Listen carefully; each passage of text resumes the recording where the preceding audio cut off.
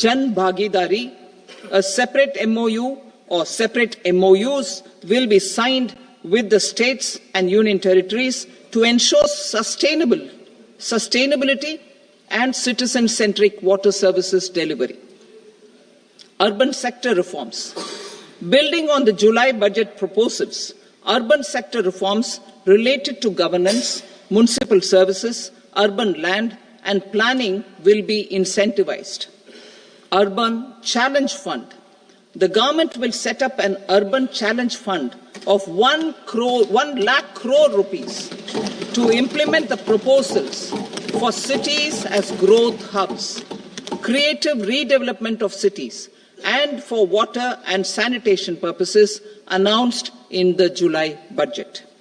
This fund will finance up to 25% of the cost of bankable projects, with a stipulation that at least 50% of the cost is funded from bonds, bank loans and PPPs. An allocation of 10,000 crore is proposed in 2025-26. Power sector reforms. We will incentivize electricity distribution reforms and augmentation of intra-state transmission capacity by states. This will improve financial health and capacity of electricity companies. Additional borrowing of 0.5% of GSDP will be allowed to states contingent on these reforms. Nuclear energy mission for Vikasit Bharat. Development of at least 100 gigawatt of nuclear energy by 2047 is essential for our energy transition efforts. For an active partnership with the private sector towards this goal, amendments to the Atomic Energy Act and the Civil Liability for Nuclear Damage Act will be taken up. A nuclear energy mission for research and development of small modular reactors with an outlay of 20,000 crore will be set up. At least 5 indigenously developed small modular reactors will be operationalized by 2033. Shipbuilding. The shipbuilding financial assistance policy will be revamped to address cost disadvantages. This will also include credit notes for shipbreaking in Indian yards to promote the circular economy. Large ships above a specified size will be included in the infrastructure harmonized master list. Shipbuilding clusters will be facilitated to increase the range, categories and capacity of ships. This will include additional infrastructure, facilities, skilling and technology to develop the entire ecosystem. Maritime Development Fund. For long-term financing for the maritime industry, a Maritime Development Fund with a corpus of 25,000 crore rupees will be set up. This will be for distributed support and promoting competition.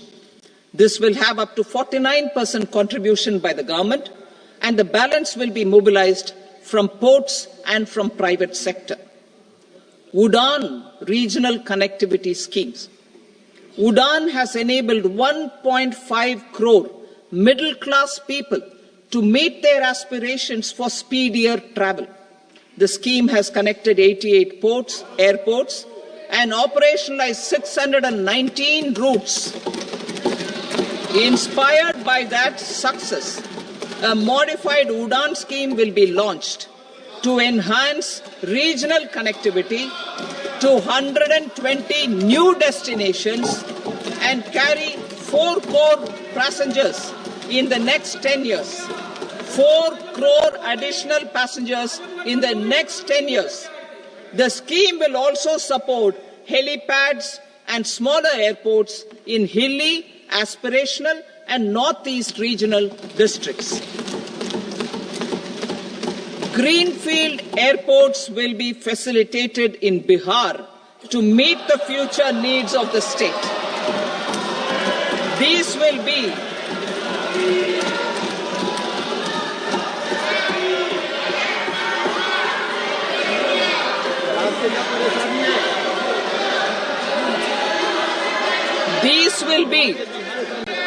These will be in addition to the expansion of the capacity of Patna Airport and a brownfield airport in Beta. Western Kosi Canal project in Mithilanchal. Financial support will be provided for the Western Kosi Canal ERM project, benefiting a large number of farmers cultivating over 50,000 hectares of land in the Mithilanchal region of Bihar. Mining sector reforms, including those for minor minerals, will be encouraged through sharing of best practices and institutions of a state mining index. A policy for recovery of critical minerals from tailings will be brought out. Under the special window for affordable and mid-income housing, SWAMI, 50,000 dwelling units in stressed housing projects have been completed and keys handed over to home buyers.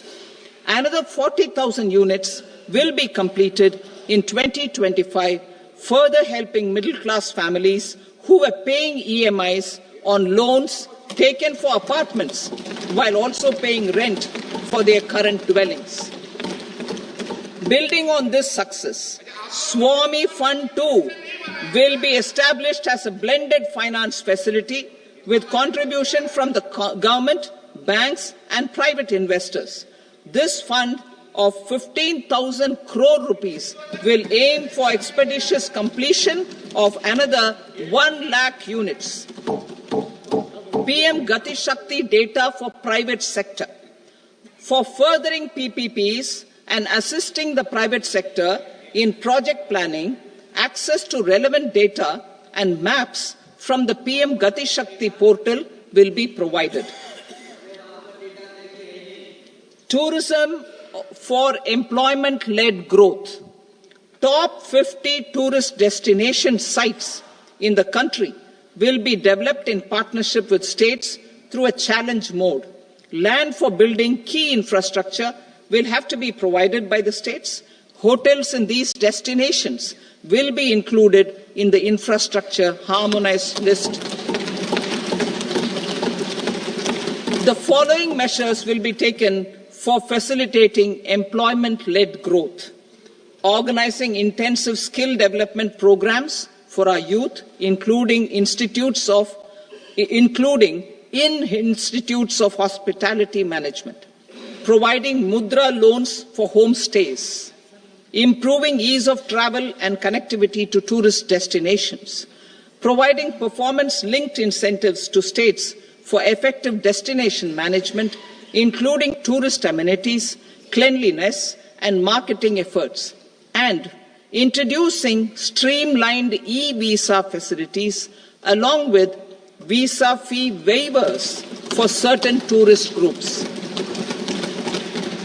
Continuing with the emphasis on places of spiritual and religious significance in the July budget, there will be a special focus on destinations related to the life and times of Lord Buddha. Medical tourism and heal in India. Medical tourism and heal in India will be promoted in partnership with the private sector along with capacity building and easier visa norms. Investing in innovation. To implement private sector-driven research, development and innovation initiatives announced in the July budget, I am now allocating 20,000 crore rupees for this purpose. A deep tech fund of funds will also be explored to catalyze the next generation startups as a part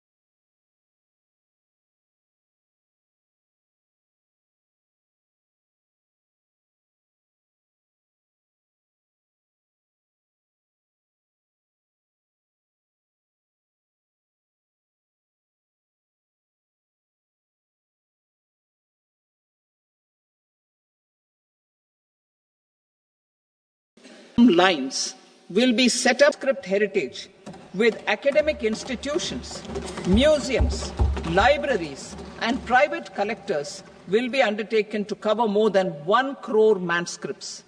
We will set up a national digital repository of Indian knowledge systems for knowledge sharing. Now I move to exports as the fourth engine. We will set up an export promotion mission with sectoral and ministerial targets driven jointly by the Ministries of Commerce, MSME, and Finance. It will facilitate easy access to export credit, cross-border factoring support, support to MSMEs to tackle non-tariff measures in overseas markets. A digital public infrastructure, Bharat Trade Net, for international trade will be set up as a unified platform for trade documentation and financing solutions. This will complement the Unified Logistics Interface platform. The BTN will be aligned with international practices.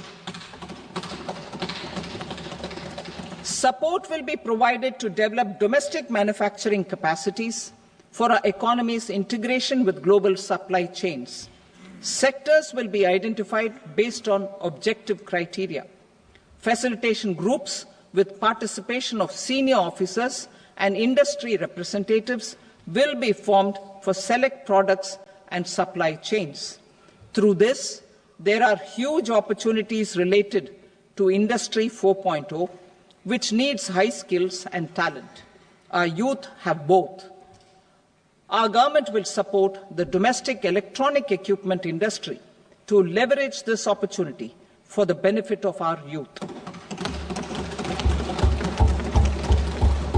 A national framework will be formulated as guidance to states for promoting global capability centers in emerging Tier 2 cities.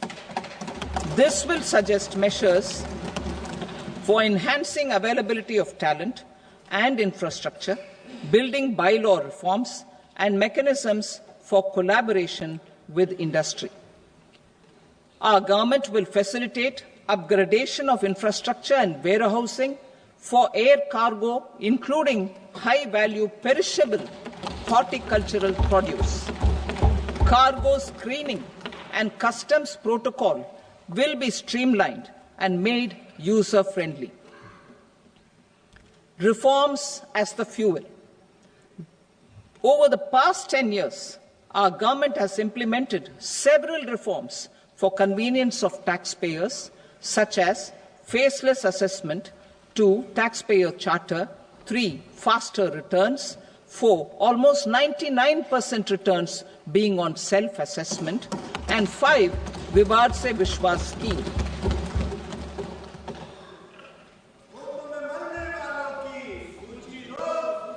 Continuing these efforts, I reaffirm the commitment of the Tax Department to trust first, scrutinize later.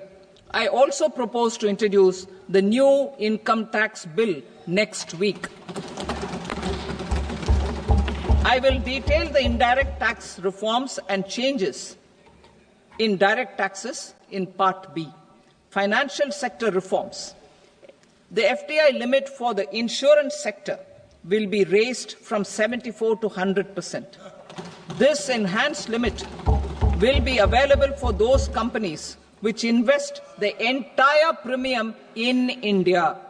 The current guardrails and conditionalities associated with foreign investment will be reviewed and simplified. The services of India Post Payment Bank will be deepened and expanded in rural areas. NABFID will set up a partial credit enhancement facility for corporate bonds for infrastructure. Public sector banks will develop Grameen Credit Score framework to serve the credit needs of SHG members and people in rural areas. A forum for regulatory coordination and development of pension products will be set up. To implement the earlier announcement on simplifying the KYC processes, the revamped Central KYC Registry will be rolled out in 2025. We will also implement a streamlined system for periodic updating. Requirements and procedures for speedy approval of company mergers will be rationalized. The scope for fast-track mergers will also be widened and the process made simpler. As proposed in the interim budget, we signed bilateral investment treaties with 2 countries in 2024 to encourage sustained foreign investment, and in the spirit of First Develop India, the current model BIT will be revamped and made more investor-friendly. In the last 10 years, in several aspects, including financial and non-financial, our government has demonstrated a steadfast commitment to ease of doing business. We are determined to ensure that our regulations must keep up with technological innovations and global policy developments. A light-touch regulatory framework based on principles and trust will unleash productivity and employment. Through this framework, we will update regulations that were made under old laws. To develop this modern, flexible, people-friendly and trust-based regulatory framework appropriate for the 21st century, I propose 4 specific measures. A high-level committee for regulatory reforms will be set up for a review of all non-financial sector regulations, certifications, licenses, and permissions. The committee will be expected to make recommendations within a year. The objective is to strengthen trust-based economic governance and take transformational measures to enhance ease of doing business, especially in matters of inspection and compliances. States will be encouraged to join in this endeavour. An investment friendliness index of states will be launched in 2025 to further the spirit of competitive, cooperative federalism. Under the Financial Stability and Development Council, a mechanism will be set up to evaluate impact of the current financial regulations and subsidiary instructions. It will also formulate a framework to enhance their responsiveness and development of the financial sector. In the Jan Vishwas Act 2023, more than 180 legal provisions were decriminalized. Our government will now bring up the Jan Vishwas Bill 2.0 to decriminalize more than 100 provisions in various laws. I now move to fiscal policy. In the July budget, I had committed to staying the course for fiscal consolidation. Our endeavour will be to keep the fiscal deficit each year such that central government debt remains on a declining path as a percentage of the GDP. The roadmap for the next 6 years has been detailed in the FRBM statement. Revised estimates for 2024-25. The revised estimate of the total receipts other than borrowings is 31.47 lakh crore rupees, of which the net tax receipts are 25.57 lakh crore rupees. The revised estimate of the total expenditure is 47.16 lakh crore. The capital expenditure is about 10.18 lakh crore rupees. The revised estimate of the fiscal deficit is 4.8% of the GDP. Budget estimates for 25-26. Coming to 25-26, the total receipts other than borrowings and total expenditure are estimated at 34.96 lakh crore rupees and 50.65 lakh crore rupees respectively. The net tax receipts are estimated at 28.37 lakh crore rupees. The fiscal deficit is estimated to be 4.4% of GDP. To finance the fiscal deficit, the net market borrowings from dated securities are estimated at 11.54 lakh crore. The balance financing is expected to come from small savings and other sources. The gross market borrowings are estimated at 14.82 lakh crore rupees. I will now move to Part B. Indirect taxes. My proposals relating to customs aim to rationalize tariff structure and address duty inversion. These will also support domestic manufacturing and value addition, promote exports, facilitate trade, and provide relief to common people. Rationalization of customs tariff structure for industrial goods. As a part of comprehensive review of customs rate structure announced in July 2024 budget, I propose to 1. Remove 7 tariff rates. This is over and above the 7 tariff rates removed in 23-24 budget. After this, there will be only 8 remaining tariff rates, including 0 rate. 2. Apply appropriate cess to broadly maintain effective duty incidence, except on a few items where such incidence will reduce marginally. 3. Levy not more than 1 cess or surcharge. Therefore, I propose to exempt social welfare surcharge on 82 tariff lines that are subject to a cess. I shall now take up sector-specific proposals. To provide relief to patients, particularly those suffering from cancer, rare diseases, and other severe chronic diseases, I propose to add 36 life-saving drugs and medicines to the list of medicines fully exempted from basic custom duty.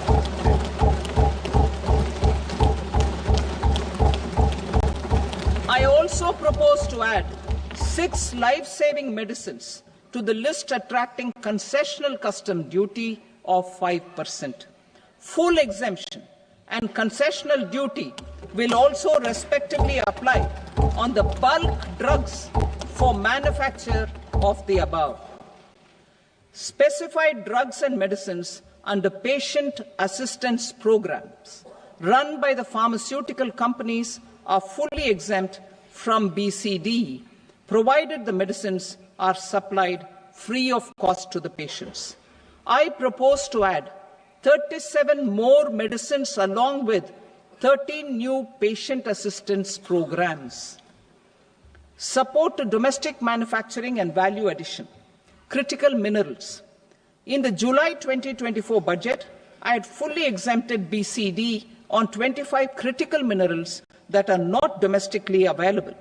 I had also reduced BCD of 2 other such minerals to provide a major fillip to their processing, especially by MSMEs.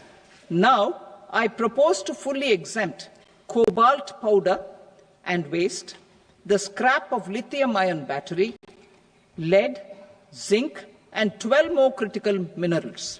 This will help secure the availability for manufacturing in India and promote more jobs for our youth. To promote domestic production of technical textile products such as agro-textiles, medical textiles, and geotextiles at competitive prices, I propose to add 2 more types of shuttle-less looms to the list of fully exempted textile machinery. I also propose to revise the BCD rate on knitted fabrics covered by 9 tariff lines from 10 or 20 to 20% or 115 rupees per kg, whichever is higher. Electronic goods. In line with our Make in India policy and to rectify inverted duty structure, I propose to increase the BCD on interactive flat panel display from 10% to 20% and reduce the BCD to 5% on open cell and other components. In 23-24 budget, For the manufacture of open cells of LCD, LED TVs, I had reduced the BCD on parts of open cells from 5% to 2.5%. To further boost the manufacture of such open cells, the BCD on these parts will now stand exempted. Lithium-ion battery. To the list of exempted capital goods, I propose to add 35 additional capital goods for EV battery manufacturing and 28 additional capital goods for mobile phone battery manufacturing. This will boost domestic manufacture of lithium-ion batteries, both for mobile phones and for electric vehicles. Shipping sector. Considering that shipbuilding has a long gestation period, I propose to continue the exemption of BCD on raw materials, components, consumables, or parts for the manufacture of ships for another 10 years.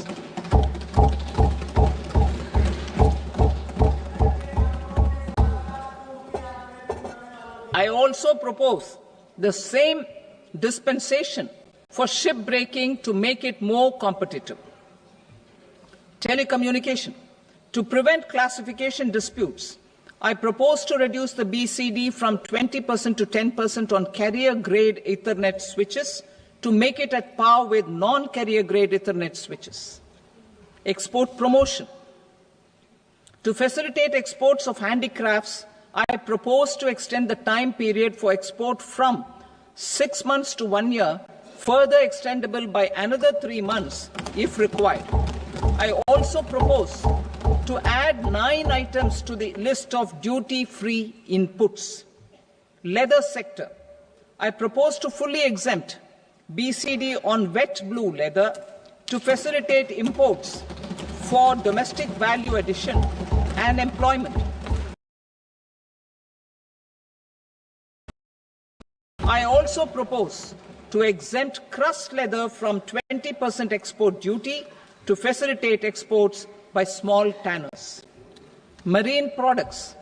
To enhance India's competitiveness in the global seafood market, I propose to reduce BCD from 30% to 5% on frozen fish paste, surimi, for manufacture and export of its analog products. I also propose to reduce BCD from 15% to 5% on fish hydrolysates for manufacture of fish and shrimp feed. In July 2024 budget, to promote development of domestic MROs for aircraft and ships, I had extended the time limit for export of foreign origin goods that were imported for repairs from 6 months to 1 year and further extendable by 1 year. I now propose to extend the same dispensation for railway goods. Time limit for provisional assessment.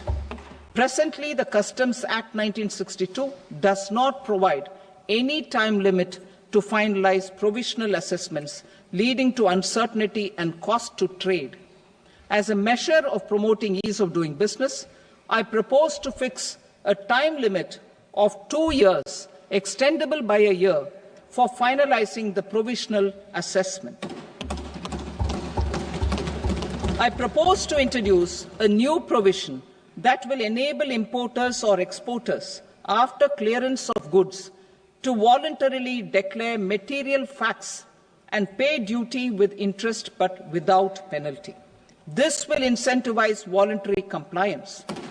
However, this will not apply in cases where department has already initiated audit or investigation proceedings.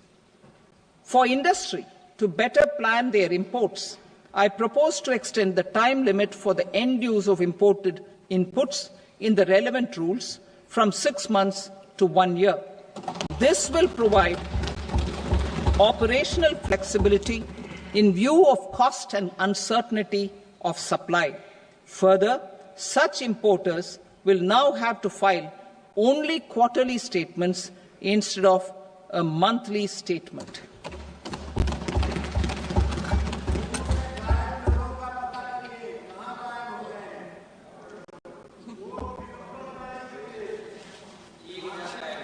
I now come to my direct tax proposals. In Part A, I have briefly underlined taxation reforms as one of key reforms to realize our vision of Vikasit Bharat.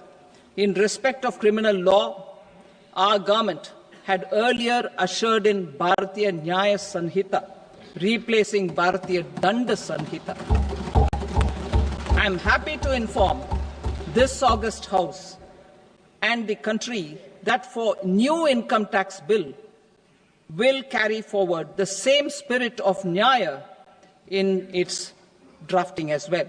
The new bill will be clear and direct in text, with close to half of the present law in terms of both chapters and words.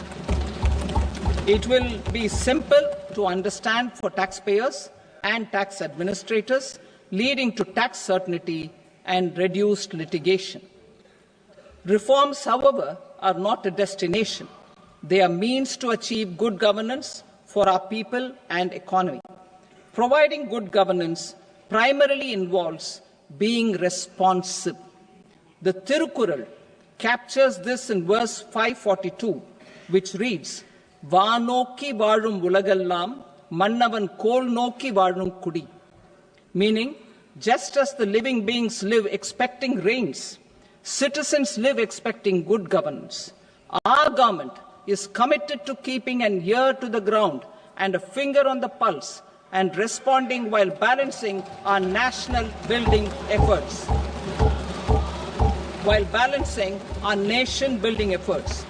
The following measures will detail just how our government will, under the guidance of PM Modi, has taken steps to understand and address. I repeat that sentence, sir. The following measures will detail just how our government, under the guidance of PM Modi, has taken steps to understand and address the needs voiced by our citizens. My tax proposals are guided by this spirit. The objectives of my proposals are as follows. Personal income tax reforms with special focus on middle class. Rationalization of TDS and TCS for easing difficulties. Encouraging voluntary compliance. Reducing compliance burden. Ease of doing business, employment and investment. I will come to my proposal on personal income tax towards the end. TDS and TCS, rationalization for easing difficulties. I propose to rationalize tax deduction at source, TDS, by reducing the number of rates and thresholds above which TDS is deducted. Further, threshold amounts for tax deduction will be increased for better clarity and uniformity. The limit for tax deduction on interest for senior citizens is being doubled from the present 50,000 rupees to 1 lakh rupees. Similarly, the annual limit of 2.40 lakh rupees for TDS on rent is being increased to 6 lakh rupees. This will reduce the number of transactions liable to TDS, thus benefiting small taxpayers receiving small payments. The threshold to collect tax at source, the TCS, on remittances under RBI's liberalized remittance scheme, the LRS, is proposed to be increased from 7 lakh to 10 lakhs. I also propose to remove TCS on remittances for education purposes, where such remittances is out of a loan taken from a specified financial institution. Both TDS and TCS are being applied on any transaction related to sale of goods. To prevent such compliance difficulties, I propose to omit the TCS. I also propose that the provisions of the higher TDS deduction will now apply only in non-PAN cases. In July 2024, the delay for payment of TDS up to the due date of filing statement was decriminalized. I propose to provide the same relaxation to TCS provisions as well. The government under the leadership of Prime Minister Modi believes in Sabka Saath, Sabka Vikas, Sabka Vishwas and Sabka Prayas. In line with this, we brought in updated return facility in 2022 for voluntary compliance by taxpayers who had omitted to report their correct income. Our trust in taxpayers was proved right. Nearly 90 lakh taxpayers voluntarily updated their incomes by paying additional tax. Taking this trust further, I now propose to extend the time limit to file updated returns for any assessment year from the current limit of 2 years to 4 years. I propose to reduce the compliance burden for small charitable trusts and institutions by increasing their period of registration from 5 years to 10 years. It is also proposed that disproportionate consequences do not arise for minor defaults such as incomplete applications filed by charitable entities. Presently, taxpayers can claim the annual value of self-occupied properties as nil only on the fulfillment of certain conditions.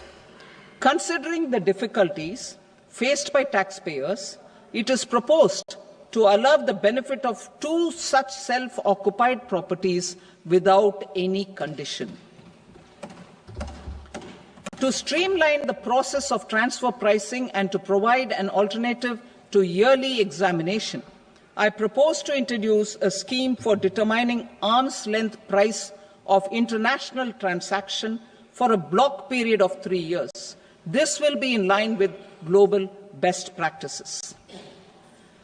With a view to reduce litigation and provide certainty in international taxation, the scope of safe harbor rules is being expanded.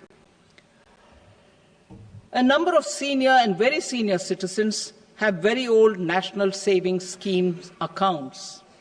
As interest is no longer payable on such accounts, I propose to exempt withdrawals made from NSS by individuals on or after 29th August 2024. I am also proposing to allow similar treatment to NPS Vatsalya accounts as is available to normal NPS accounts subject to overall limits. In my speech 24, I had promised that all processes, including giving effect to appellate orders, shall be digitalized and made paperless over the next 2 years. So I'm happy to announce that digitalization is being made operational now. In July 2024, we brought in the Vivad Se Vishwas scheme to resolve income tax disputes pending in appeal.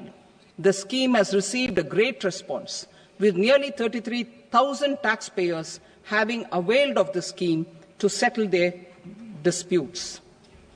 I have a few proposals to promote investment and employment. It is proposed to provide a presumptive taxation regime for non-residents who provide services to a resident company that is establishing or operating an electronics manufacturing facility. I further propose to introduce a safe harbor for tax certainty for non-residents who store components for supply to specified electronics manufacturing units. Presently, the tonnage tax scheme is available only to sea-going ships. The benefits of existing tonnage tax scheme are proposed to be extended to inland vessels registered under the Indian Vessels Act 2021 to promote inland water transport in the country.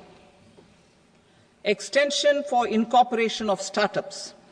We continue to support the Indian startup ecosystem.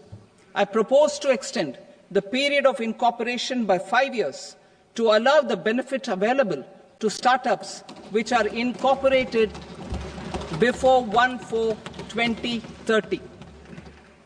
In order to attract and promote additional activities in the IFSC, I am inter alia proposing specific benefits to ship leasing units, insurance offices, and treasury centres of global companies which are set up in IFSC.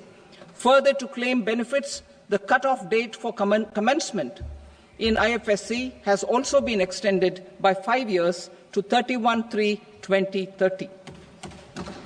Category 1 and Category 2 AIFs are undertaking investments in infrastructure and other such sectors. I propose to provide certainty of taxation to these entities on the gains from securities, to promote funding from sovereign wealth funds and pension funds to the infrastructure sector. I propose to extend the date of making an investment by 5 more years up to 31st March 2030.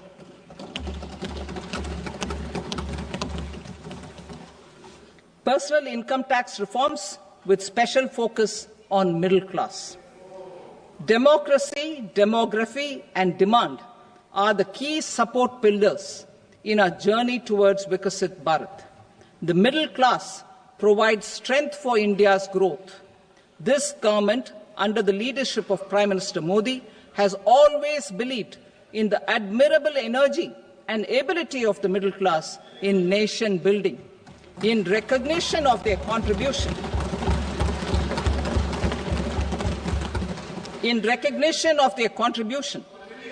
we have periodically reduced their tax burden. Right after 2014, the nil tax slab was raised to 2.5 lakhs of rupees, which was further raised to 5 lakh rupees in 2019 and to 7 lakh rupees in 2023. This is reflective of our government's trust on the middle class taxpayers. I am now happy to announce that there will be no income tax payable up to income of 12 lakh rupees.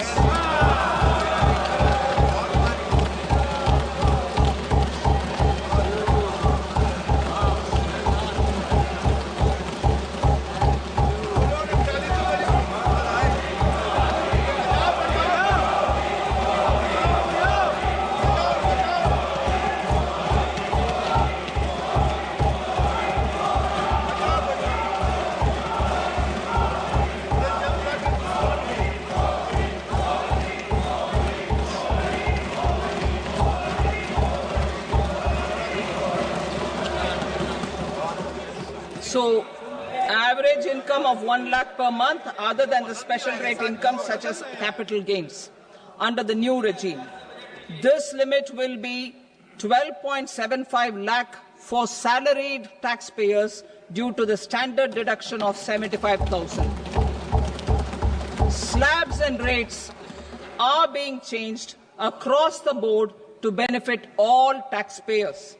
The new structure will substantially reduce the taxes of the middle class and leave more money in their hands, boosting household consumption, savings, and investment. In the new tax regime, I propose to revise tax rate structures as follows: 0 to 4 lakh rupees nil, 4.8 lakh rupees to 4 to 8 lakh rupees 5%, 8 to 12 lakh rupees 10%, 12 to 16 lakh rupees 15%, 16 to 20 lakh rupees 20%, 20 to 24 lakh rupees 25%, and above 24 lakh rupees 30%. To taxpayers up to 12 lakh of normal income, other than special rate income such as capital gains. I read that again. To taxpayers up to 12 lakh of income, other than special rate income such as capital gains, tax rebate is being provided in addition to the benefit due to slab rate reduction in such a manner that there is no tax payable by them. The total tax benefit of slab rate changes and rebate at different income levels can be illustrated with a few examples. A taxpayer in the new regime with an income of 12 lakh rupees will get a benefit of 80,000 rupees in tax, which is 100% of tax payable as per the existing rates. A person having income A person having income of 18 lakh rupees will get a benefit of 70,000 rupees in tax. That is 30% of tax payable as per existing rates. A person with an income of 25 lakh gets a benefit of 1,10,000 rupees, that is 25% of his tax payable as per existing rates. Details of my tax proposals are given in the annexure. As a result of these proposals, Honourable Speaker, sir, revenue of about 1 lakh crore in direct taxes and 2,600 crores in indirect taxes will be foregone. Mr. Speaker, sir, with this, I commend the budget to this august House.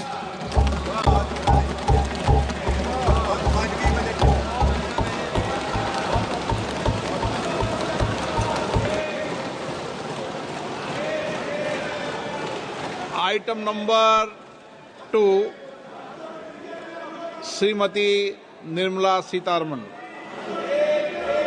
Sir, with your permission, I rise to lay on the table the following statements under Section 3(1) of the Fiscal Responsibility and Budget Management Act 2003.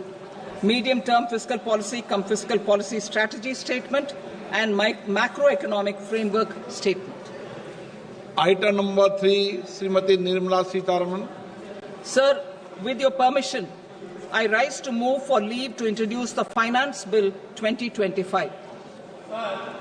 प्रश्न ये है कि विधेयक को पुनर्स्थापित करने की अनुमति प्रदान की जाए।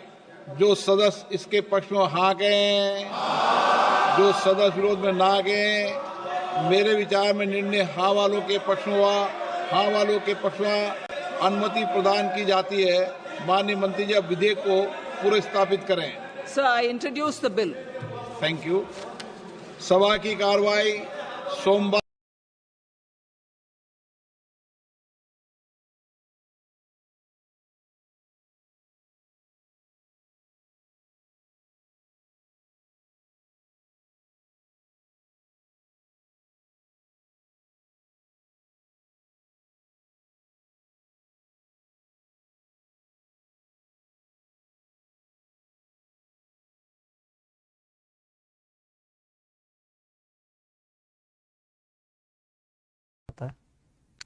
और हम में से हर कोई किसी न किसी आइडियोलॉजी से इन्फ्लुएंस्ड रहता है। कोई भी ऐसा नहीं हो सकता जो कह दे कि मैंने तो कभी आइडियोलॉजी पढ़ी नहीं, मुझे आइडियोलॉजी से कोई वास्ता नहीं। आपको वास्ता हो या ना हो, लेकिन आइडियोलॉजी आपके वर्ल्ड व्यू को शेप कर रही है। आपके, जब मैं कह रहा हूं वर्ल्ड व्यू, तो इसका मतलब क्या है? क्या आप बिना गवर्नमेंट के रह सकते हैं? Answer is no. आप खुद ही देख लीजिए, अगर आसपास जो पुलिस है, जुडिशरी है, वो जिन प्रिंसिपल्स पे काम करते हैं, अगर वो हटा दिए जाएं तो आपका जीवन ऐसा होगा क्या जैसे आज है? नहीं होगा। आप सबको पता है कि हमारे कॉन्स्टिट्यूशन ने हमें राइट्स दिए regarding for example expression, movement. You have this freedom to choose your profession. क्या लगता है आपको हमारे कॉन्स्टिट्यूशन फ्रेमर्स के सामने आइडियाज आए कहां से? क्या ये किसी आइडियोलॉजी से इंस्पायर्ड थे? क्या कुछ लोगों ने हमसे बहुत पहले इनके बारे में केवल सोचा भर था? That was just an idea, then set of ideas having particular objective, some common concern कि हां कुछ बदलाव होना चाहिए। लोगों को एम्पावर करने के ये तरीके हो सकते हैं। यानी कि systematic set of ideas for achieving particular objective, having some common concern. तो indirect tax has the effect of raising the price of the products on which they are imposed. Customs duty, central excise, service tax and value-added tax are examples of indirect tax.